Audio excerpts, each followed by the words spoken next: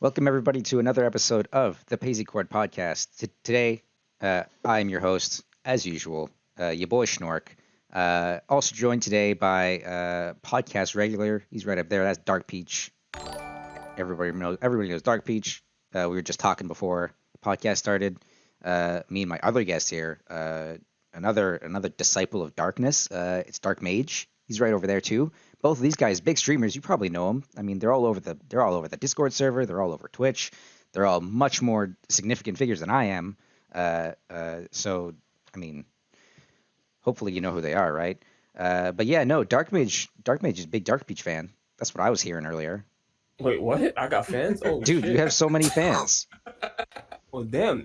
Man, I'm not even a top player. I don't go to tournaments and freaking make that red money. Like, shit. Dark Mage, what did I tell you just before Dark.Pch joined the call? You said you were pretty famous. You just don't know it yet. Yeah, I was saying Dark.Pch is a celebrity. Everybody knows Dark.Pch. Dark.Pch has no idea that people love Dark.Pch so much.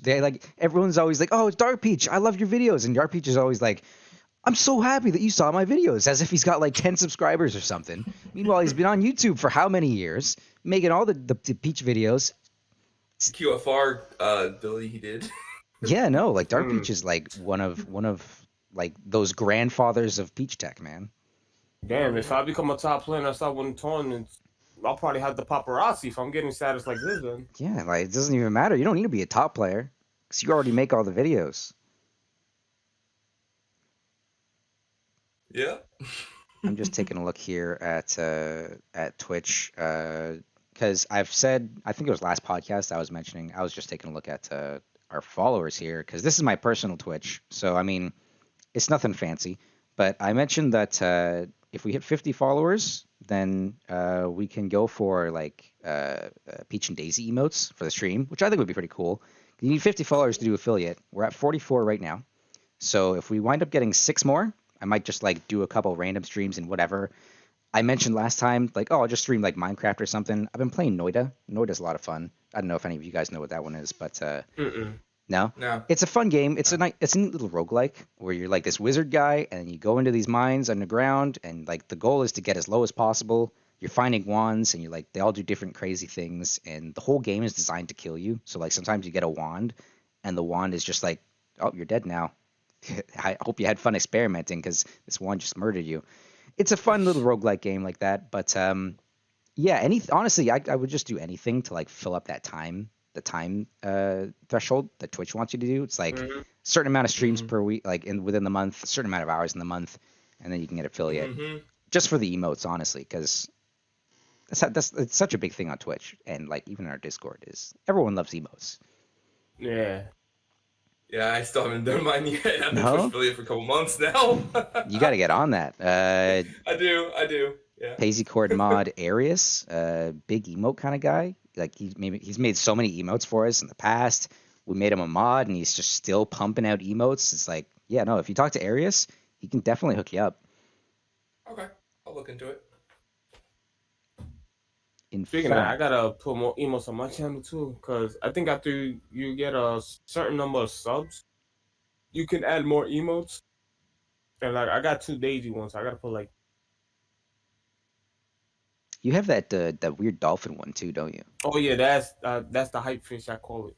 Yeah, no, that one's Hey, weird. fish. I don't know how that one came to be. I found that. Oh my god, it was back in the broad days. Um, in the Peach section, somebody that I know they had that as their avatar, and I found it freaking hilarious. So I just took it. That's And all then it when takes, I really. became then when I became an affiliate on Twitch and whatever, I'm like, you know what? That's gonna be the first emo I make, and that was the first one. I know. Right. This is another topic. We just made ourselves a Paisycord Twitter account for the Discord. It's Oh, popping let me off. follow that right quick. Yeah, I no, follow totally it up. They Area. followed me. And Yeah, no, totally I made sure to forgot. follow a bunch of people in the Discord. And people were all like, "Oh, look, Paisycord followed me. It's awesome." People are really happy about that. But yeah, our first tweet was by Arius, and it's the most Paisycord tweet that we could have ever possibly done, and it's banging. It's got like, I don't know, 150 likes or something like that, or 120. It's popping off. Arius literally said before we made the Twitter, he was like, I don't really do Twitter, guys. I'm like more of a lurker type of thing. Like I'm not a big tweeter. I just like look at art and stuff.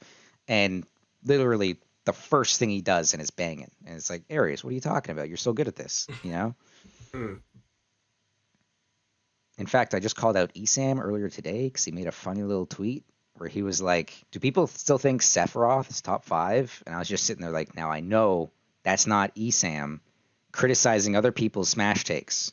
Esam, the king of the ridiculous, insane Smash takes over here, trying to be like, oh, you think Sephiroth is top 5? This man thinks Brawler is high tier. And he's over here, no, none of that. Get out of here, Esam. Yeah, crazy he says the most ridiculous. He says some crazy stuff.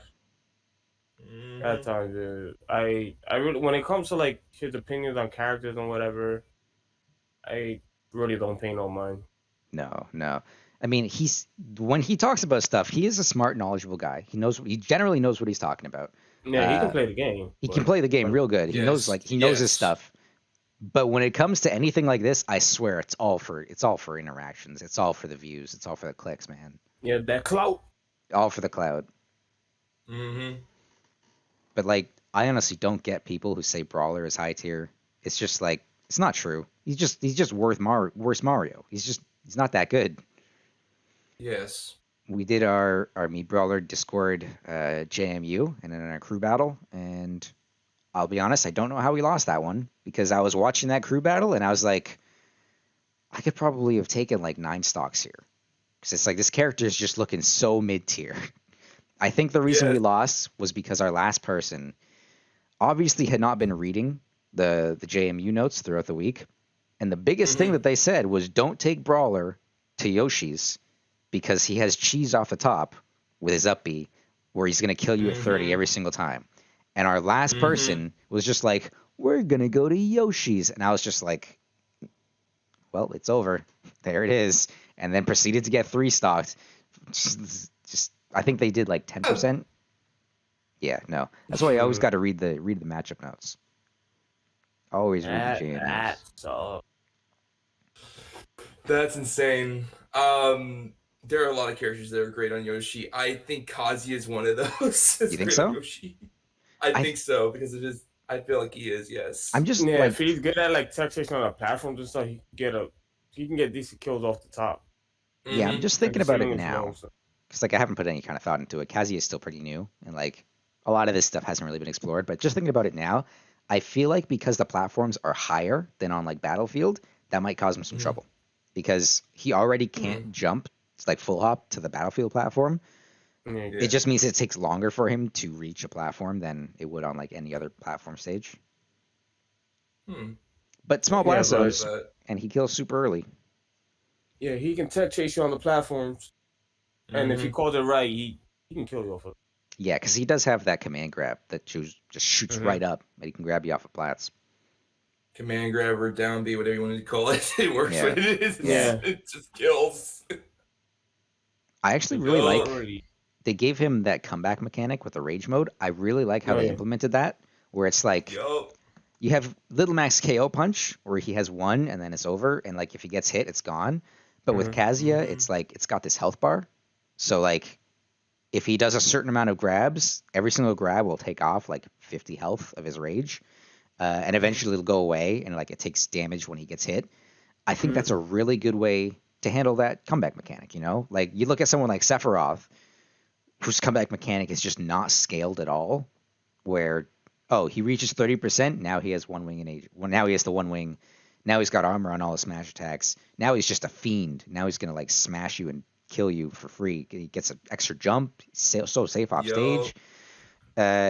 He kills you, and he doesn't even lose it half the time. Like, he keeps that wing for so long, and then you kill him, and then another 30% goes by, and he's got the wing again. I just think the way they did it with Kazuya was just like, that's a really good way to handle that comeback mechanic. Because like, it's fun, it's hype, yes, but it's fair. Like with Kazuya, I see it the same way as Terry, when he's at 100%. Right.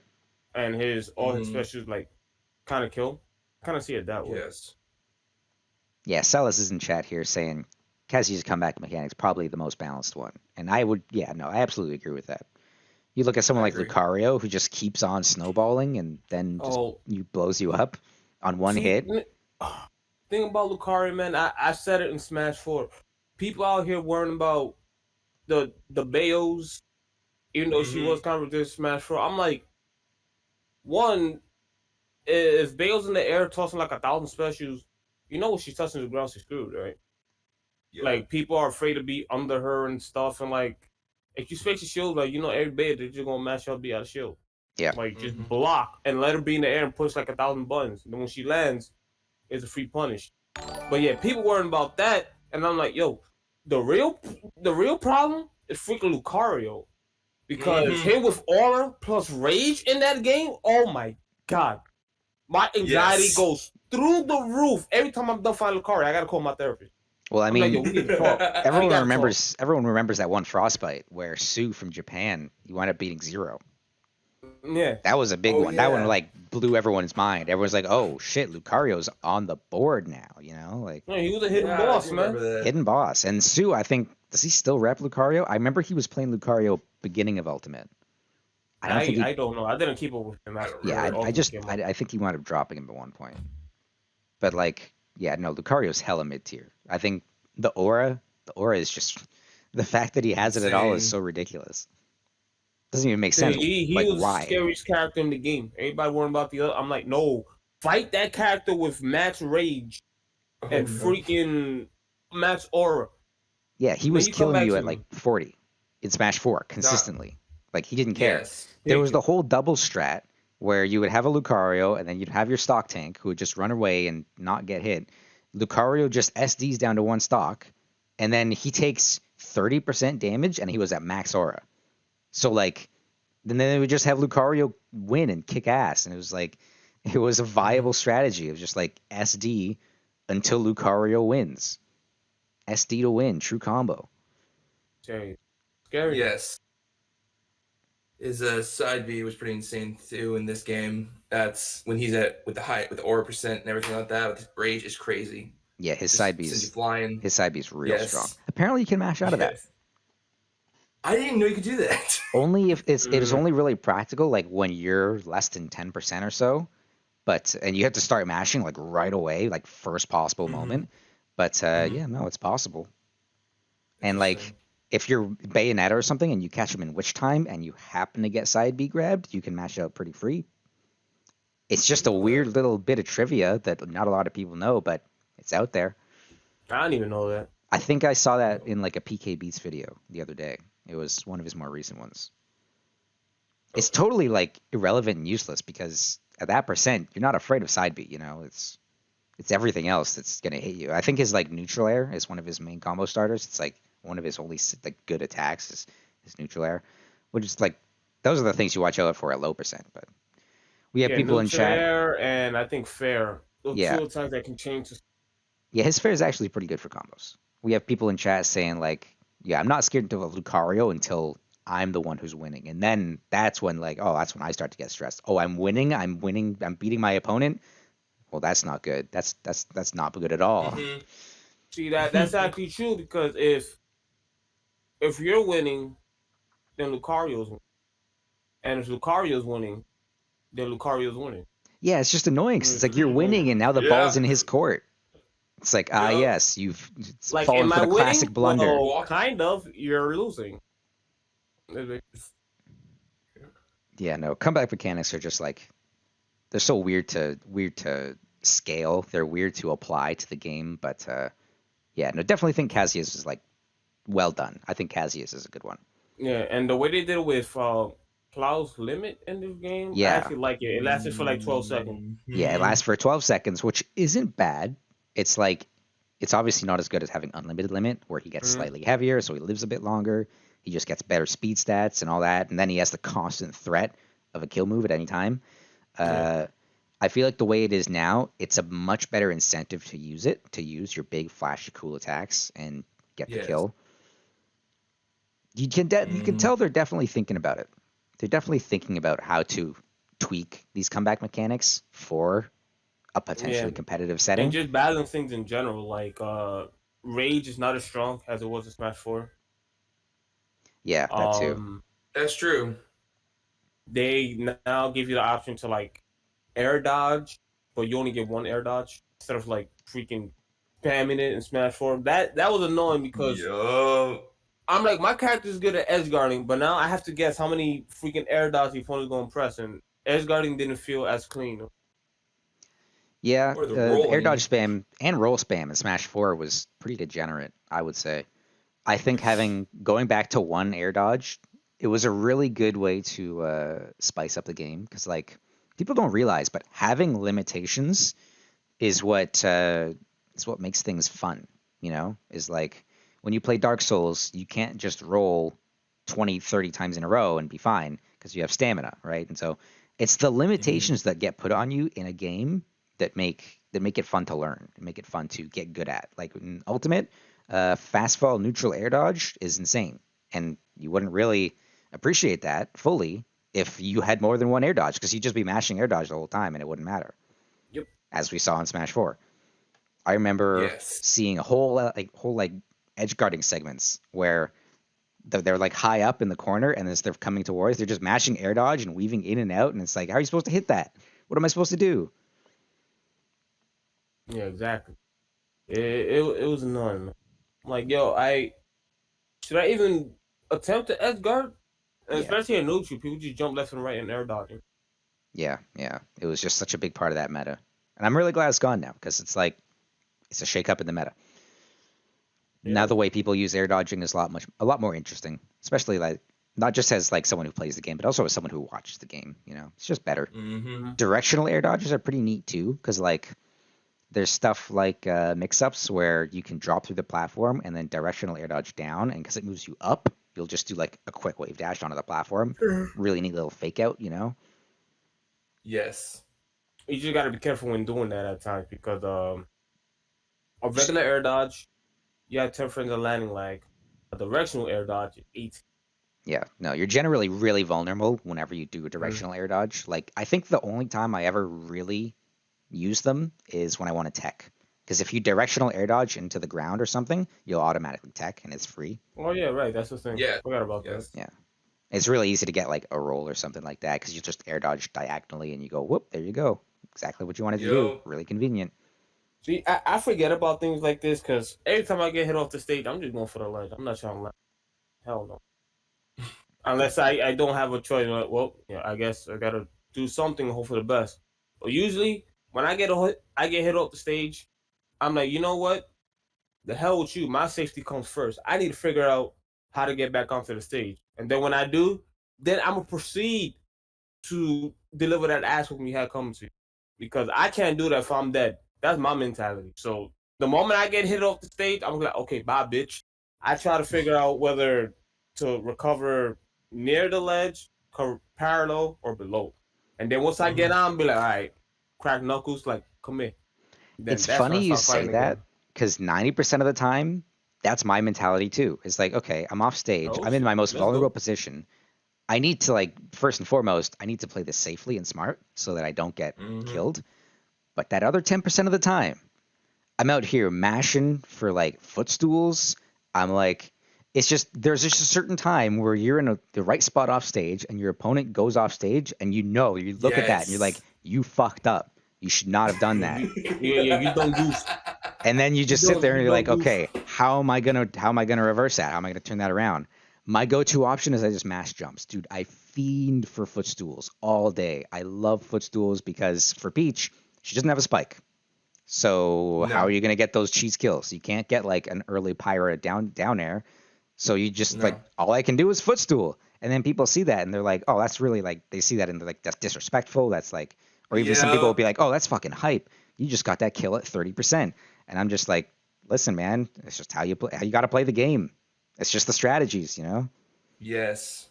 Only thing with the Oh. footstools is like if they're doing an animation like an air dodge or an attack, you'll get the phantom footstools. So you'll go up, but they won't go down. But even then, if you're off stage and you're recovering and you get the phantom footstool, that's fine because you've just recovered for free, you know. And it beats most hitboxes unless they're like super disjointed. You will footstool them before you get hit. So it's an easy recovery. I used to do that a lot in Smash 4 against stuff like Fox, where because his up B, he's really vulnerable. So like I would just fast Mhm. fall into him, and I'd start mashing footstools. But worst case scenario, I just go back to stage, and I can now continue ledge trapping him or something. There's also like using the opponent's recovery to recover yourself. So, for example, like with Fox, if he's doing Firefox, I've gotten like triple footstools off him before. Because if you just mash and jump, you're just gonna go boop boop boop boop because he goes up and you go up, and it all works out. Yeah, no, like footstools, people kind of like sleep on it because they see that and they're like, it's a big disrespect move, and they kind of like have this thing in their head where they don't really bother going for it because they don't know how to do it.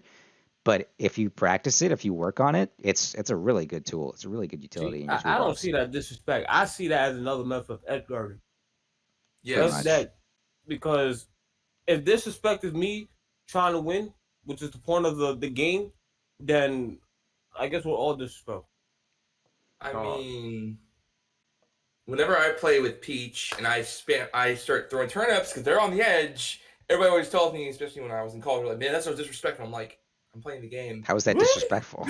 Just throwing turnips. I'm throwing a turnip I at you. guarantee Get away you. from me. I guarantee you, if they had a projectile type character in that same situation and they were chucking shit at you and you die, they wouldn't be saying that. They'd be smiling like, yeah, I got you, boy. Yeah, I'm good. You see me? And you just like, Exactly. what? You know what I mean? Nah, I ain't trying to hit any of that. I know. Yeah, no, I remember in college playing Smash 4. We had a games room at the college, and we'd go there, play Smash 4, had a bunch of friends. All of us, we would like hang out there and play games. But we only had the one system, and we only had so many controllers. So like people would bring their own controllers. We'd bring in like an extra GameCube port so that everyone could play. And because we only had the one system, we wouldn't really do 1v1s. We just play as a group. We do free for alls. It was fun. Used to like usually when you got to like the last two people, that was when you could actually like, okay, now I'm gonna like play like a smart guy. But I don't know how many times we'd be playing, and I'd be throwing turnips like usual, and I'd hear someone like 4 people away, just like, son of a bitch, always with these turnips, because I just hit him like 3 times off stage with turnips, not even trying to, not even looking at him, just throwing turnips blindly at people. Yeah, no, classic. Turnips are like the classic edge guard, I think. Yes. If they were to complain and they told me that, I'd be like, you know what? That sounds like a you problem. Yeah, no, I'm not the one getting hit by turnips. I don't know what you're talking about. That's a you problem. I'm not the one getting stage spiked with a turnip. No, that's not. That's Like what? you. You want me to knock you off the stage and let you back on for free? Like, yeah, right. I had a really funny moment with a friend once where he was playing Ganondorf, because for the memes, it's something you do. He was playing Ganondorf and I was Peach, and I threw my turnip down while he was off stage, and he went for the flame choke, and he spiked us straight into the turnip, which bopped him, and then I just sat there and floated, and I watched him die. It was the perfect snipe. He could not have lined it up better if he tried. It was the type of thing you could only do by accident, and there's just sometimes miracles do happen. Miracles are real, man. Like, oh, he just flame choked into that turnip. That was great. I'm so happy that happened. You just gave me an idea for a new Edgard against Ganon now. Oh yeah? What are you thinking? Why don't you share with the class? I have an idea now. So like, if Ganon's like at a certain height where they're not confident because they don't want to upbeat early, and their resources is burnt, see me coming at them, so most likely they're probably going side B. So I'm gonna toss the turnip in the right spot or Z drop and try to go for something like an attack. So if he grabs me, that turnip is just gonna deny him the Z drop. And if it doesn't, well then I get the hit and then he'll die. Or I'll toss the turnip like early above the stage. So I'll time it to a point where I go off and try to hit him. So when he side B's me, the turnip is just gonna cancel. I think when it comes to that type of thing, you definitely want to watch out for when he's more horizontal to the stage, because like that's when they want to do it. Yeah, that's usually where I want to do it. I don't want to do it like low or whatever. Like when he's level with me on the stage, then full well every Ganondorf is looking for that too. So it's super easy to bait it as well. So like, oh, if he's at the right spot, he wants the side B. So I'm just gonna like jump up. I'm gonna throw the turnip down because I know it's gonna cover me, and I'm just gonna wait, and I'm gonna let him grab me. and then he's gonna bop himself, and then you could even follow up with a forward air or something if you still got your jump. Like, I feel like there's a lot of possibilities there. I feel like it's mostly like a disrespect type of thing at that point too, because it's like you don't have to do that. You don't have to go to all that effort just to like edge guard Ganondorf. It's Ganondorf. You could hit him with a turnip. You could just like hit him with forward air. You could just wait and hit him with a golf club. You have so many options, but if you choose to give him that satisfaction of getting the flame choke, only to rob him of that euphoria at the last second with a turnip at like in the blast zone, that's some cruelty right there. Yep. Celis is over here saying, suddenly I'm joining Ganondorf, man. Oh boy. Now I don't think you want to do that before we talking. You ain't gonna make it back onto the stage. You better stick with Peach. Hey, that one right there, boy. Yeah, no, I remember we had there was one kid in our Discord who was just so angry about Ganondorf, and he was just like, I can't beat Ganondorf. He's like so hard. I hate this stupid character. I don't get it. And everyone would like try to give him advice, but he just was not listening. And like there were 5 different occasions where he'd come out and be like, how do I beat Ganondorf? And he just fought a Ganondorf. He just got bodied on quick play or something. No matter how many times you tell him, you just got to play it patient, use your turnips, like wait and keep you cool. He's not listening. He's not getting it. Some people, you just can't help them. So people are hard-headed. I would assume that he has the common trait that a lot of Peach and Daisy players have, which being aggressive. Yeah. Getting feeds on that. Just Well, he got rushing to hit you once, and he hits hard. He can win neutral like maybe twice. Yeah, like twice. It only takes twice, and then you're at 90 especially or something. If he gets a good read and he knows how you're gonna try to land, he kill you. Yeah. Especially I think Ganondorf knows how to play Peach. Yeah, no. Especially if Ganondorf knows, these Peach mains are dumb and they're gonna run into my neutral airs, so I'm just gonna like stand still and let them hit themselves. Mm-hmm. I think. I feel like the Peach and Daisy meta, it needs to change. This aggression, it needs to stop. It got to stop, it's man. It's time to stop. That's why I don't see a lot of Peach and Daisy players in top 8, because they want to be aggressive and freaking go for the combos and whatnot, and it's making me sick. You know what I blame? I blame the rap music, and I blame Ariana Grande, because they think they can just be free. They got nothing to worry about with the freaking hipping and the hopping and the bipping and the bopping and turn up the dash attacks and flow. Okay, I'm sorry, I'm calm down. It's sensitive stuff. You got some talk. We're calling you out. We're calling you out right now. We're drawing a line in the sand. Ariana Grande, if you're listening right now, I'm gonna meet you. We're gonna meet under the bridge. We're gonna 1v1. Final destination. Fox only. No items. We're settling this like men. This is why I listen to rock. That was our Ariana Grande portion of the podcast. Thank you all for joining us today. I think this is as good a time as any to mention. Dark.Pch has an announcement that we're going to make in the Peach and Daisy Discord in a little bit later, just not quite yet. But if you want to share Dark.Pch, go ahead. Oh, all right. So some guy may have noticed that in the Discord, I've been giving out free Peach and Daisy lessons. They're basically like, they go through like beginner to like intermediate stuff, and the way I structure the lessons, everybody gets it the exact same way. It's nothing different. Mm-hmm. So Sunday is going to be the last time people can sign up for it, and then afterwards it's going to be charged, because I've been getting a lot of people for the lessons. So a lot of people been sending out the words and been getting a lot of attention. So now I'm like, okay, now that I gave these lessons out and people can see how effective they are and the way I structure it, they're gonna want more. So now I can actually get paid for doing these type of things. Because I had a lesson earlier today, like at 12. So I did that. Then I'm here on the podcast. And then after that, I think within an hour, I got someone, I forgot who it was. But nearly every day, I've been doing like 2 to 3 lessons. And then I have to get up to adjust my schedule, because I had somebody that was in South Korea. So I had to get up like at 10 in the morning. So that way, when I teach him a lesson, it's not like 2, 3 in the morning or something, and it's like sleeping or whatever. So I have to adjust. So now that I've been getting a lot of attention, I can start getting paid for my work. Yeah, no, And absolutely, by all means. The fact that you were doing like the free lessons and then you got like 90 plus people who signed up, I looked at that, I saw that, and I was like, wow, he's got a lot of people to work through there. Yeah, no, you absolutely like, yeah, and it's $5 a lesson. That's really not a lot to ask as well, especially for yeah, someone of your caliber who's just a really good teacher. And we all know you're really good with this character and you know what you're talking about.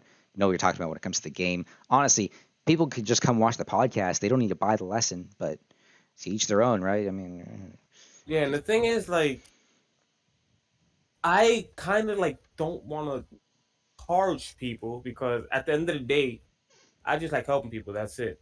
So people, Mhm. some are like, "Yo, man, you should do lessons. Do you do lessons? I pay. I'm willing to pay for it." Then it's like, ugh, I feel like taking people's money to like show them stuff. 'Cause I just want to help people, but at the same time, I'm taking my time out my day, and especially with these free lessons, I'm doing like lessons back to back, 2 lessons a day, 3 lessons a day. Um, at least I can get compensated for the time that I put in. Because obviously, I don't have to do this. I can just, I don't know, go outside and fly a kite, ride a bike, something. I just had to stay indoors and help people become savages. So that way, I don't see the same type of players, a freaking top 8 all the time. Because I'm sick of that shit too. It's like watching a rerun of my favorite show. It's the same episode. I want to see some new people. Like, I want to see MKLeo versus Dark Inferno Sonic 32X in grand finals. I want to see that. Not the same top players over and over. So I'm like, you know what? I'm going to create an army.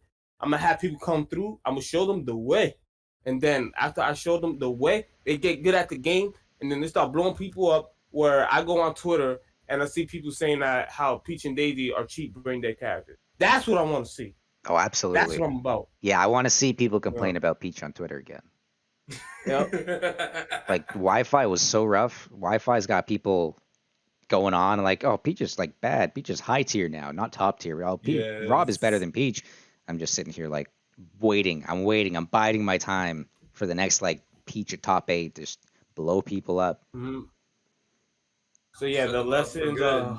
the lessons, they'll last till tomorrow, like Okay. till 12 a.m. Eastern time, and then once Monday hits, then it's all paid lessons. But what will still be free is video analysis. So if you record a match and you want me to go over it, we just get on a call, sit together, we look at it, and I'll tell you all the things you did correctly, all the things you did wrong, and what you should do.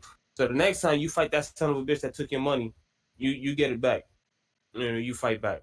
So those you can request once a week. The free lesson sign up sheet will be changed to that, and yeah, that basically. And then lessons they'll be like $5. People tell me I should charge more, but the thing is, as much as it sucks to hear, your status matters.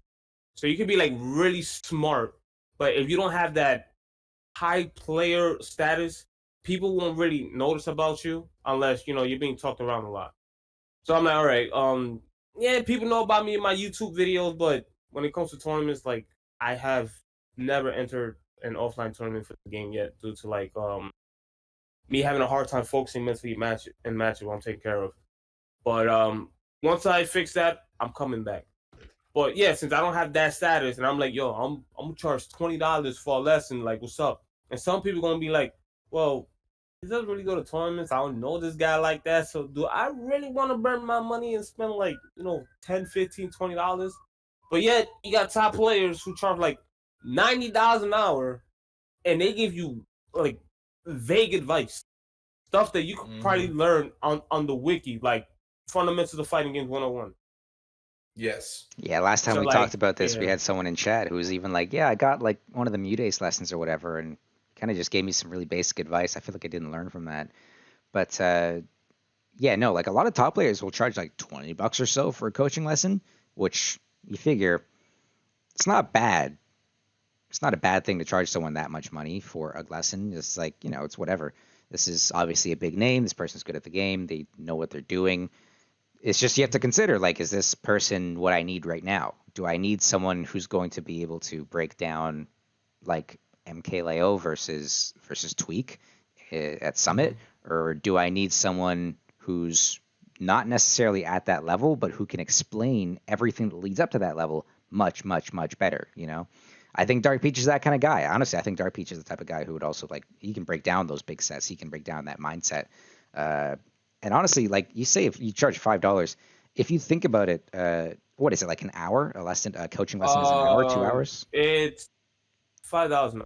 So $5 an hour. As long as they want to go. Yeah. Like for me, that's less than minimum wage. In Canada, in Ontario, minimum wage is $14. $5 an hour is nothing, you know? Like, if I were you, I'd be charging 10 at least. Yeah, but again, I'm like starting small, so that way people No, can I like, get it. Yeah, no, you're right. They don't spend that much, and then when they see like the way my lessons are, and they start getting better at the game, they're like, "Yo, you know what? This is actually worth it, man." If he was like to raise the price and whatever, then yeah, I'd be down. But I gotta start small. Be like, you know what? I've heard about this guy. He does good stuff. And $5 an hour, let me check that out. And then when I start getting business booming, then I'll raise it up a little bit. And the big thing too, start somewhere. Makes sense. The big thing too is foot in the door. Is like, yeah, exactly. The biggest thing you can do is start and get your name in someone's head, and then like have people start thinking about you. If that means you start doing it free, you can start doing it free. You know, like that's the whole idea behind like any kind of content creation on like YouTube or Twitch. These are the kinds of people who like, they're really popular and people look up to them. A lot of kids look up to YouTubers and Twitch streamers and they're like, I want to do that. But they don't realize the process that goes into that is you start small. You don't have anything when you start. You have to work up to that. You know, it's like you're going to start with no subscribers, no followers, and you're going to maybe get 10 in 6 months if you're lucky or something like that. I don't know the exact, like, I couldn't tell you. I couldn't give you a roadmap. I guess it's different for everyone. But yeah, no, like that's the type of thing where you have to be okay not getting results when you're doing something like that. And yeah, no, like starting free to get your name out there is a great idea. It's like the fact that you got so much engagement just off of that alone it speaks volumes. Yeah, take advantage of that. Yeah, exactly. But even then, I would start at 10. 10 seems like I'm gonna start raising it up. But again, I have to like try to draw people in. It's like I'm giving out free samples at the mall, and then they get the free sample. Like, yo, this shit is good, man. I would actually buy this. See, like I'm joining. I'm starting the business. Yeah. And when it comes to Peach and Daisy, in my case, I would usually get overshadowed by the ones people go around and talk about, drop their underwears for, like Razzo, Mute Ace, Omeki. So if people would like to like get lessons and go to somebody, they'll most likely go to them because they're the one going to tournament. They're the one making that rent money. I'm not, because I've never entered a offline tournament for the game. So since I'm most likely going to be overshadowed by them, I have to figure out a way to attract attention to a point where people will like it. Then they'll start wanting to pay, and then they tell their other friends, and then it's just like that. And then that's how I'll start building up money for like lessons, and more people will come to. So I got to do it smart, because if I start too high, like, okay, I know about Dark.Pch, but he starts like $10-$20 an hour. I don't know if I should trust him, man. That guy don't go to tournaments, yo. Freaking Mute Ace rattling them, they be out there making that money. So I want to be like them. So I'll probably go to them. Maybe they could teach me some shit, and then I could, so I got to big brain it. Got to start small, and then start to. This also plays into what we talked about earlier. Dark.Pch is a celebrity, but he has no idea. Dark.Pch thinks he's the smallest guy in the world. I just stay home, and when I am home, I just like anything Smash related, freaking YouTube, and I guess now giving lessons. Well, I said all the other Peach players that people drop their underwears for, they talk about them. So I'm like, all right, I'm just here chilling. Yeah, it's good to be humble. I'll tell you that. Like, it does not pay. Like, nobody gets anywhere in life by being a dick about like how cool they are. Yeah. But at the same time, too much humility is right there. Too. Yeah. So I guess there's a balance. There's an element of like knowing your worth and also not being a dick about it. So. Yeah, and I also don't want to come off as obnoxious, because I remember back then starting the game competitive Smash, like back 2006. There's times where, I did a few good things in tournaments every now and then. My name started coming up. especially like when Brawl came out. I was one of the top Peach players in the world at the time for Brawl. And when I started getting that status and recognition, my personality started changing. I'm arrogant. And then when I lost a match or a tournament, I was like, yo, man, I wasn't feeling it that day. I was tired, or I had no matchup, or I like the way this guy hair look, and that shit was distracting me in games. So I just couldn't focus stuff, man. So it's like, no. Now, I'm still good, you know what I mean? I know what I'm talking about, but I lost because of that. And back then, I was like, oh my God. You mentioned the hair, but I think that's a valid criticism when you look at Tweak circa like 2016, how he had. Do you remember what Tweak's haircut looked like just a few years ago? I can't. I wouldn't even. He had the worst bowl cut in the world, and I don't know why he had it for so long, but it was just flat and straight, and then it was just. I don't know. It was so bad. Like, you can look it up now. He fixed it. He fixed it. I think he just buzzed it entirely. He fixed it in quarantine. But dude, what was that boy thinking? That is the type of haircut. That's the type of style where you look at that and you're like, I can't play this guy. That's gonna be in my head now. I can't. He's corrupted me with his god awful haircut. Look at that hair. That's all I think about. They're neutral. Look at that hair. Or like the guys who wear Crocs to tournaments, and you're just like, dude, what are those? I just won't look. Like, in between matches, the opponent is like telling me something. I'm just gonna look at the screen, and then whoever wins or lose, you know how you do the good game handshake. I just be like this. That one, and you just go. I won't even look. I'll just get them walk away. What you got to do is you got to like make your own little helmet. Like horses in the 1800s or whatever, they had blinders, so they would just see in front of them. You just get a cardboard box, and you put it on your head, and you cut a hole out in front of it so you can't see beside you. You're just focusing on the screen. That could work. Yeah, no, that'd absolutely work. That would also make people think awkward situations happening right there. It's actually awkward. I mean, a bag over his head. You know what? I feel like I would be more distracted with that bag over the head than the hairstyle. I liked. It reminds me of this one picture from a few years ago that was going around, where it was this one guy who went to a Melee tournament dressed up as Spider-Man. Nobody knew who he was because he had the mask, he had the whole Spider-Man getup, and he stomped everybody. It was just, dude, Spider-Man came to our local. He just wrecked our shit. See, now I feel like doing that. I'm gonna go to a tournament one day with Spider-Man. Yeah, go for it. Anybody know who the hell I was? Don't say a word. Don't say a word. You just and then if I win, people gonna be like, yo, Sub-Zero. If I win, people gonna be like, who won the tournament? Like, oh, Spider-Man. Spider-Man. Dude, yeah, we couldn't handle it. He's just got superhuman reflexes. Spider-Man, like, no, the actual Spider-Man came to the tournament, and he would think about his ass. Like, Spider-Man could play Smash.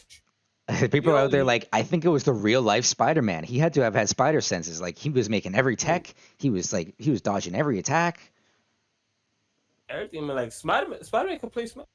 Yo, Spider-Man's really good. Spider-Man's PGR, man. Mm-hmm.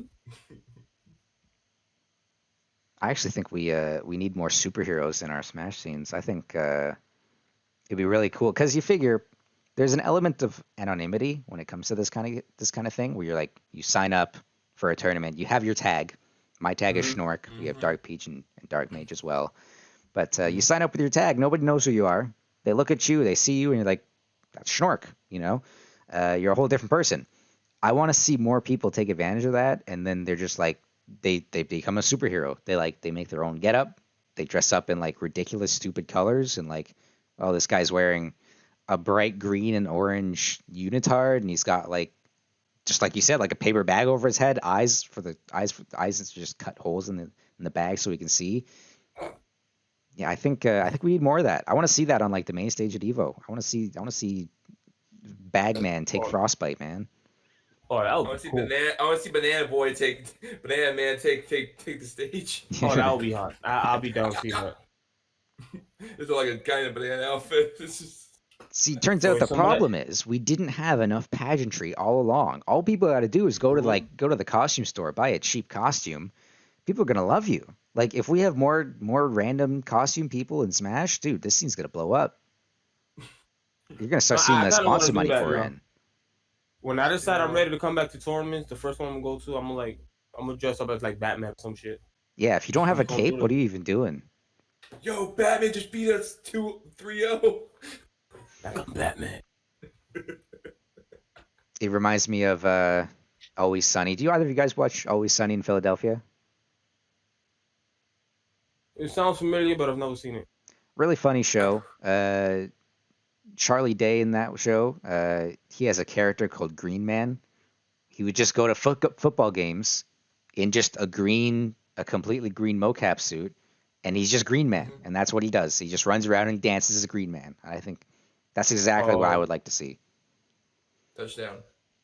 In fact, based on what, I think based on what, well, go ahead. No, I think I would be willing to pay like a established PGR top player to sign up to like a major tournament anonymously as just like a man in a green morph suit, and I want to see them take it. I want to see them win it. You know, like I'd pay for that. I'd pay to watch that. True.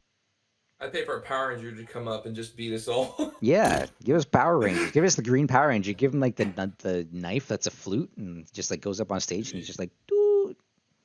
Yeah. Exactly. Somebody in the stream said that they could recognize me from my playstyle. Don't need to see the tag.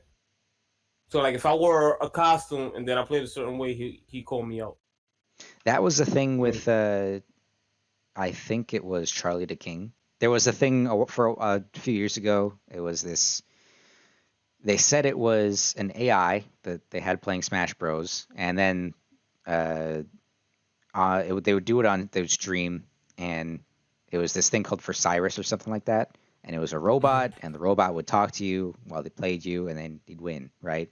And everyone was like, "Oh my god, this robot's so good!" And it was a neat little thing. But there were top players who got challenged. They got called out by the robot to play them. And there were several top players who sat there like, "No, that's Charlie. I know that's Charlie the King. Like, I know that wolf play style, you know." And it's absolutely true. Like, you recognize people, not even like, doesn't matter what they are in real life.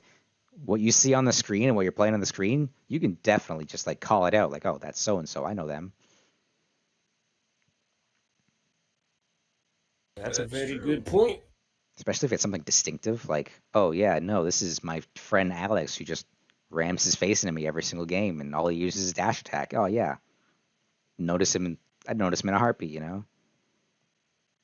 Yeah, I like when I play, I try to take advantage of what a lot of people tend to do with like Peach and Daisy.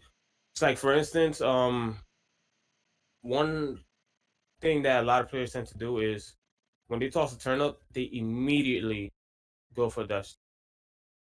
And players, they see that like 1,000 times, so they get ready for it. So I'll toss the turnip, and then when it hits, I'll go near them, and I'll just stand there and look at them. I won't do shit. And then you catch them panicking to like a sidestep, a roll or whatever, and then I just get them. Or we could be playing neutral, we're all moving, all fast paced, and I just stand there and I just look at you. I'll just stop. And then people get scared, like, the heck, what's he stopping? He's just looking at me for. And you catch people like sidestepping, panicking. I'm like, dude, I'm just sitting here looking at you. The heck you afraid of? It's the ultimate mind game, is doing nothing. Yeah, and then they do something that leaves them open and they get punished. So I do like a lot of weird shit like that it just throws people off. But doing those type of mind games, especially just sitting there waiting, I have to be careful. Because if I'm fighting somebody that just always wants to push a button, I'm going to get hit. Because, again, I'm not doing anything. I'm just looking at them. But every now and then, I do, like, odd things that just throws people off guard. Like, I think I fought someone, like, last week or something. And they're like, yo, your Peach is weird because you don't go in the air a lot. Stay on the ground. I'm like, yeah, being in the air is not good.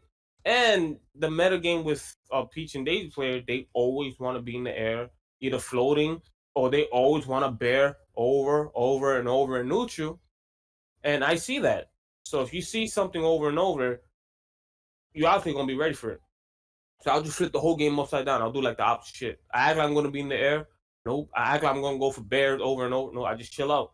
And it throws people off guard. I'm like, yo, you're like the weirdest Daisy player ever freaking played in my life. I do that type of thing too. Where like, and that's good. I notice a lot of people want to jump, especially if you have a faster character like Wolf or something. Like they always want to jump, and anti-airs will beat Peach 9 times out of 10, right? Because they're faster than you. They usually have a better disjoint. So like I find so many people struggle with anti-airs that like I've just made it a part of my play style where it's like in certain matchups I pretend to play airborne and then I'm just like, hey, psych, I'm not jumping one. I'm not gonna jump anymore. I'll just do a bunch of like JCFF stuff just for no reason, just to bait them into doing anti-airs, and then I'm like, joke's on you. I was gonna play grounded all along. And then you just get the big mix up, and then it's like you give them the wrong reading and it messes them up the entire game, and then you win. Because I'm the type of person who's really conscious of like habits, not necessarily of the habits that I have or the habits the opponent has, although that's something I do look out for. I'm really conscious of the habits that the other person is going to catch on to. So like I make fake habits to screw people up. One of my favorite ones is you mentioned like you doing turn of dash attack is like habits like that. I have a really fake habit that's like not even secret. I talk about it all the time. I always do JCFF turnip throw because you can kind of microspace it. So it's like a little further, a little closer, and you can like change where you throw it in the height of your jump so that you get just a little more space on it or a little less space on it. Really easy to microspace when you throw a turnip like that. So one, it's a good way to use your turnips. But two, it's because I'm trying to condition them to think that whenever I have a turnip in hand and I'm going up in the air, I'm going to throw it with a JCFF. And then they start adapting to that. And then I'm just like, haha, joke's on you. I have one specific friend who it works on every single time. And he always thinks he's catching on. He always thinks, it's happened so many times where I'll be doing my thing and he's like, he sees me doing it. He's like, oh, I just got it. I got the read. I got the download. You're going to get bodied. And I'm like, okay. And then I do an empty JCFF and he'll be playing pit. He'll use his reflectors. I'm like, hi, joke's on you. And then I'll just I gotcha, bitch. I gotcha, bitch. And then I just Z-drop and I just run up and grab him or something. It works every single time. Yeah, no, like just developing simple things like that to make your opponent think they're being smart. It goes so far in this game. See, and this is the thing that top players don't even talk about. Like stuff that you said, like this is one of the main things I let people know. Like when I'm giving lessons, because there's a lot of mental tricks that you can really abuse that like can help step your game up and make it smooth, make your process of getting really good at the game smooth. And a lot of top players they don't talk about that type of stuff, man. They just keep it simple. And I'm like, yo, why don't you tell the opponent? Themselves. Yeah, like why don't you tell the opponent that to figure out how to ledge trap somebody, you stand like right behind the platform. So that way, if they jump, you can see it and anti-air. If they jump and then double jump and move back, now the jump is gone. They have to land. So they're either going to land with an attack or an air dodge. So why don't you tell them, like, to check what they're going to do, move in and out. So if they push any of those buttons, you can get a punish. Thus, you be more consistent at punishing landing. Like, people don't tell them that shit. They just tell them a few things like, okay, how you space this move. This is how you combo frame trap. This is how you play neutral. Don't be in the air too much. Don't be in the ground. Don't be the aggressive. I'm like, okay, now what? That's it? They gonna go tournament and make that rent money? No. I think the reason for that is because a lot of top players who are on the PGR, who are top 50 elite players, I think it's because they've already internalized that to such an extent that they can't express it in words very well. They only know how to do it with their fingers. They can't really explain it. It doesn't occur to them that this is something that needs to be explained because to them it's just unspoken, you know? And that's why I think a lot of top players, they're just not necessarily good teachers. They're not very good coaches because then don't they're too deep people because they're wasting their money. I think there are some top players. Some top players are definitely able to express that better, and like they're good at explaining that. Like apparently, the Buzz is a great coach. Esam, great coach. Like those are guys who know how to teach when it comes to Smash, or at least so I hear. But I think most of them just don't waste your time. The Buzz part. Oh my god, I don't want to get shot for this, but he was streaming it, so whatever. It's his fault, and there's video evidence. But you know who Sinji is, right? Sinji is Pac-Man, yeah. Yeah, he's either the best or second best. I guess he will take first. Yeah, But I think T's number top one. 2 automatically. Yeah. So I'm friends with him. So if I need Pac-Man practice, I go to him and talk a lot. So we're friends. So one day we went to Discord chilling, and he comes through, and he's like, "Yo, I just gave a lesson, and I'm kind of ticked." And me and my friend like, "What happened?" So he said he was teaching a Pac-Man, right? He was charging $20 an hour to give a lesson, and the Pac-Man player was upset because he was charging $20. So within the lesson, he got upset, and I think he just stopped or something. So then the next thing that he does, he goes to the buzz, who charges like $90 an hour. And so you're like, yo, he really did that. And I was like, what? And the buzz, the advice that he gave him was so vague. It had nothing to do with Pac-Man. It was basically useless to him. So I'm like, you're complaining about $20, and I'm here teaching you Pac-Man stuff that will actually help you step your game up. But you go to the buzz, he charges you like $80, $90 an hour, and the advice that he gives you is not helpful? Why? Because he's a top player? Like, what the hell? You see how backwards that was? I was like, oh, God. Yeah. Some people don't know what they want. And other 20. Some people don't know what they want. They don't know what they need. So they just like, oh, I guess top player. Yeah, Meanwhile, like, you look at the buzz. What does the buzz know about Pac-Man? He got pissed for $20. $20 is cheaper. He saves more money, and he actually get Pac-Man stuff that he needs. He complained about that, and he wants to throw away more money for advice that barely helps him. That's what that top level privilege does to you, man. It makes people blind. It fucks with it. It's one hell of a drug. I'll tell you right there. One hell of a drug. People need to get off that. Well, with that being said, go ahead. College, I had a friend once in college. I asked him a question about how should I improve my Peach. The only words he got me, and this is because he's higher. It was a higher level PR than I in our thing and stuff. And my phone's going on full up. And he said, I need to work on fundamentals. And I'm like, with what? That's like vague. That's like, okay, fundamentals, okay. I know how to play the game. What do you mean I need to work on my fundamentals? Yeah, no, it's just like we said. Like, some people just don't know how to explain that stuff. Yeah. I think fundies is one of those buzzwords that just flies around the Smash community so much, and I think most people don't know what that means. People will be like, "Oh, dude, he's got such great fundies." That just means they're good at the game, I guess. I don't know, like. Yeah, you gotta explain stuff, man. Like, I could like get a guitar and tell people like, okay, these are what these notes sound like in the guitar. So if you put them together, you can make music. So here, now try it. Like, okay, I know that, but how do I structure it? How do I figure out music? Like, if I play a random song on YouTube and I hear notes, how do I figure out where on the freaking guitar they're hitting the notes? What section? That, you know what I mean? Like, it takes more than that. Yeah, you're just sitting there watching the tutorial video, and you're like, "Wow, this guy's got fundies." Okay, but what is that? How do I use it? Oh, it's fundies. Does fundies mean being aggressive? Does it mean like waiting? Like, what is that? No, you don't get it. It's fundies. It's fundamentals. It's short for fundamentals. I needed someone to explain that to me too. So, but now I'm an expert at fundies. Now I look in a crowd and I can see who's got fundies. With that being said, I think our podcast, we've been going for an hour now. I think it's a good time to call it a day. We've had a good cast. We called out Ariana Grande. We can follow up next week. We can see if we hear back from her.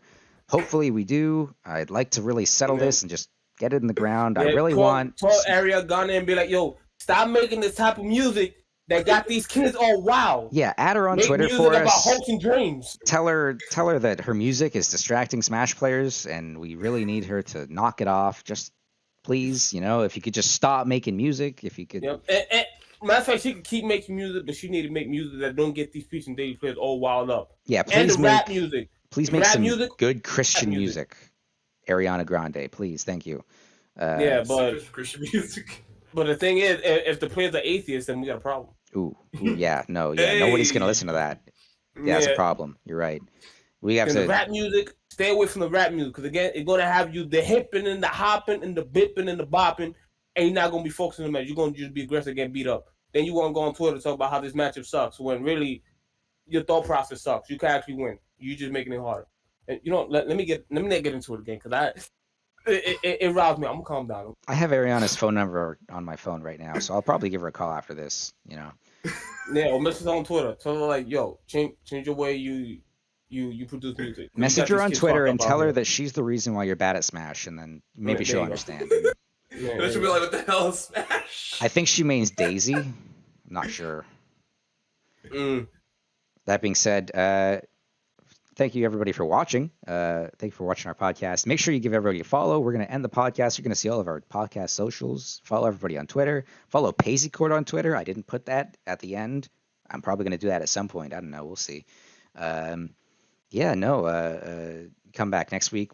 We should be back next Saturday. Actually, we might not. We'll see because I might have to pick up a shift at work. Hopefully I don't, but we'll see. And yeah, with that being said, thank you everybody for watching.